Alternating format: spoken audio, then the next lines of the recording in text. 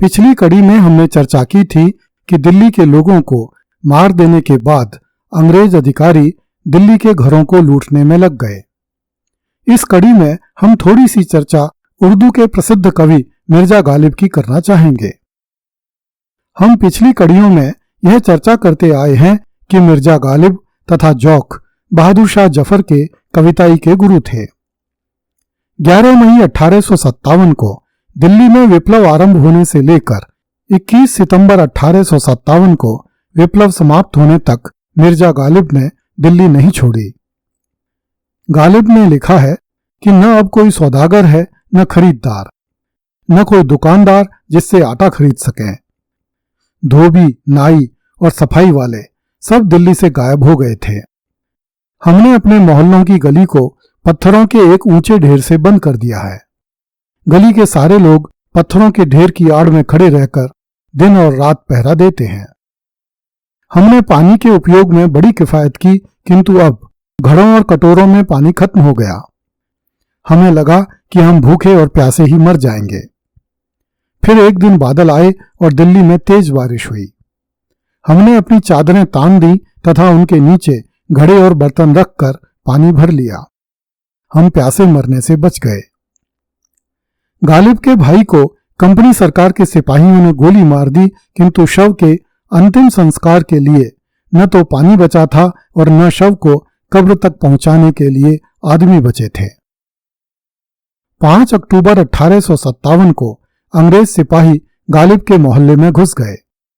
उन्होंने सबको बांध लिया ताकि उन पर मुकदमा चलाकर उन्हें भी मौत की सजा दी जा सके। जब कुछ सिपाही मिर्जा गालिब को पकड़ने लगे तो उन्होंने लंदन की ब्रिटिश सरकार के भारत सचिव का अंग्रेजी में लिखा एक पत्र दिखाया। इस पर अंग्रेज अधिकारी गालिब को पकड़कर कर्नल बर्न के पास ले गए। गालिब ने कर्नल के सामने जाने से पहले बड़े ही ऊट पटांग कपड़े पहने तथा सिर पर एक नई तुर्की टोपी लगाई और वही पत्र लेकर बर्न के समक्ष उपस्थित हुए। कर्नल ने पूछा, मुसलमान हो? गालिब ने कहा, आधा। कर्नल ने पूछा, आधा कैसे? इस पर गालिब ने कहा, शराब पीता हूं लेकिन सूअर नहीं खाता। इस पर कर्नल हंस पड़ा। गालिब ने अपनी जेब से कागज निकालकर कर्नल बर्न को दिखाया। कर्नल ने पूछा कि ये क्या है? इस पर गालिब ने कहा कि मैंने मल्लिका विक्टोरिया की शान में एक कविता लिखकर इंग्लैंड भेजी थी, उसके जवाब में ये खत भारत के मिनिस्टर ने मुझे भेजा था। इस पर कर्नल बर्न ने गालिब से पूछा कि यदि तुम हमारे इतने शुभ चिंतक हो तो जब अंग्रेज रिज पर शरण लिए हुए थे तब तुम रिज पर क्यों नहीं आए? इस पर गालिब ने जवाब दिया कि मैं बहुत बूढ़ा हूं, इस कारण नहीं आ सका, किंतु आपकी फतेह की दुआएं करता रहा। गालिब के जवाब सुनकर कर्नल बर्न ने उन्हें जीवित छोड़ दिया, किंतु गालिब जैसे भाग्यवान बहुत कम ही थे जो अंग्रेजों के हाथों में पड़कर भी जीवित बच सके, और वह भी तब जबकि गालिब का लाल किले से सीधा संबंध था। गालिब का अनुमान था कि अब दिल्ली में केवल 1000 मुसलमान बचे थे जो धरती में खड्डे खोदकर अथवा मिट्टी की झोंपड़ियों में छिपे हुए थे। गालिब अपने मोहल्ले में जीवित बचने वालों में से अकेले थे और अब उनकी कविताएं सुनने वाला कोई नहीं था। कुछ बड़े सेठ साहूकारों, अमीर बनियों, दुकानदारों एवं सौदागरों ने दिल्ली के परकोटे से बाहर झोंपड़ियां एवं कच्ची दीवारें खड़ी कर ली और उनमें रहने लगे। इस पर नवंबर महीने में अंग्रेजों ने आदेश जारी किया कि इन झोंपड़ियों को तत्काल तोड़ दिया जाए। इस पर इन परिवारों को ये झोंपड़ियां छोड़कर निकटवर्ती जंगलों में चले जाना पड़ा। बहुत सी निर्दोष और धनी परिवारों की स्त्रियां छोटे छोटे बच्चों के साथ दिल्ली के बाहर जंगलों में छिपी हुई थीं। उनके पास खाने पीने को कुछ भी नहीं था। उनके बच्चे तिल तिल कर मर रहे थे। गालिब ने लिखा है कि बदले की आग में जल रहे इन अंग्रेजों ने इंसानियत बिल्कुल खो दी है। एक दिन एक पत्थर दिल वैगन ड्राइवर नामक अंग्रेज अधिकारी दिल्ली शहर से बाहर निकला। वैगन ड्राइवर यह देखकर दंग रह गया कि दिल्ली के चारों ओर इंसान मरे पड़े थे। कुत्तों एवं जंगली जानवरों ने बहुत से इंसानों और जानवरों के शव चीर फाड़ कर खोल दिए थे। जिससे उनकी हड्डियां चारों ओर बिखर गई थीं।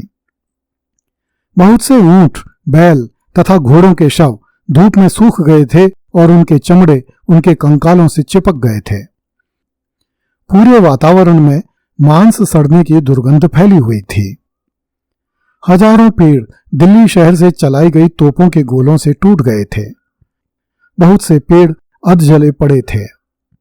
दूर दूर तक इन शवों के फैले हुए होने से आसपास के लोगों में महामारी फैल गई और वे बिना दवा और बिना भोजन पानी के मरने लगे।